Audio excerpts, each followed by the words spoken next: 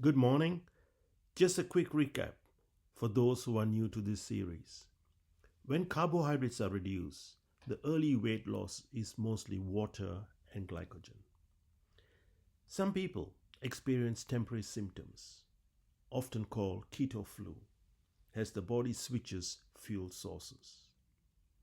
Now we are entering the stage where true fat adaptation begins. For full explanation, see earlier videos in this series. Many people think that once keto flu passes, fat loss automatically follows. That's not always true.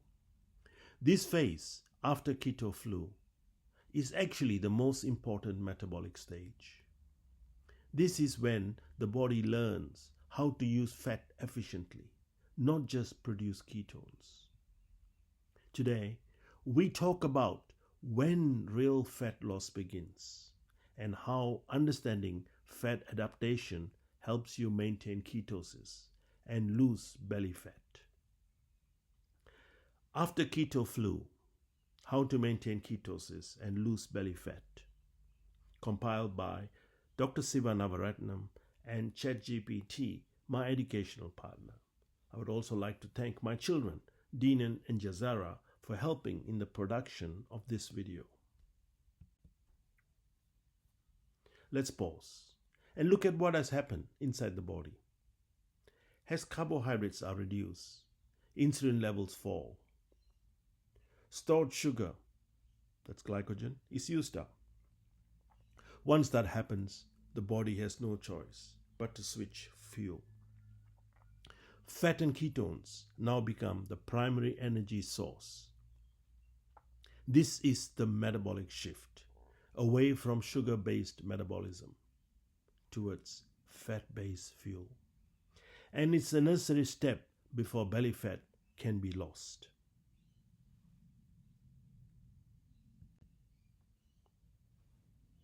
Fat adaptation takes time. This phase often confuses people. Even though insulin is low and ketones are present, the body is still learning how to burn fat efficiently. Your mitochondria, the energy factories inside your cells, are retraining.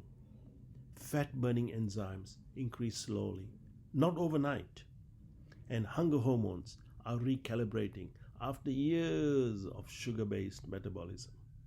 This takes time. This is probably the most common mistake we see. Many people eat low-carb or keto foods, but they eat too often. Every time you eat, insulin rises, even with healthy foods. Frequent insulin stimulation prevents insulin from staying low long enough for fat burning to occur. So it's not just what you eat, it's also how often you eat. This is another very common issue. Many foods are labeled keto, but that doesn't mean they can be eaten freely. Keto snacks, desserts, and fat bombs are often very energy dense. They don't raise insulin much, but they still provide a lot of calories. When energy intake stays high, the body has less reason to draw on stored fat. As a result, fat loss, especially belly fat, can slow or completely stall. This isn't about blame, it's about understanding how the body prioritizes fuel. This phase doesn't need extremes. What helps most is simplicity. Eating fewer meals allows insulin to stay low for longer. Adequate protein supports muscle satiety and metabolic rate. And gentle daily movements like walking helps the body use fat without adding stress. You don't need to punish your body. You need to support fat adaptation while staying calm and consistent. This is where many people start to worry unnecessarily. During fat adaptation, it's normal to notice energy ups and downs. Hunger may come in waves rather than being constant. And the scale may move slowly or not at all for a period of time. These are signs of adaptation, not failure. Your body is adjusting how it fuels itself, and the process takes time. These are signs we want you to watch for. Not dramatic weight loss, not overnight changes on the scale. If you're snacking less, going longer between meals without effort, thinking more clearly, and noticing fewer cravings, that tells us your metabolism is adapting.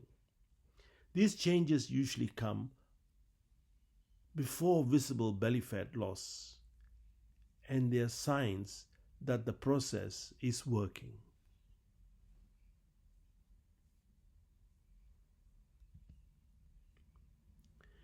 If there's one message I want you to take away from this series, it's this. Go slowly. Let your body adapt. Consistency matters far more than speed. Lasting belly fat loss doesn't come from pushing harder. It comes from working with your metabolism, not against it. In the next video, we'll look at how to maintain ketosis in a way that's practical and sustainable. We'll talk about continuing to lose belly fat without pushing too hard, and how to avoid burnout while still making progress. This is about building habits you can actually live with. Thank you for watching.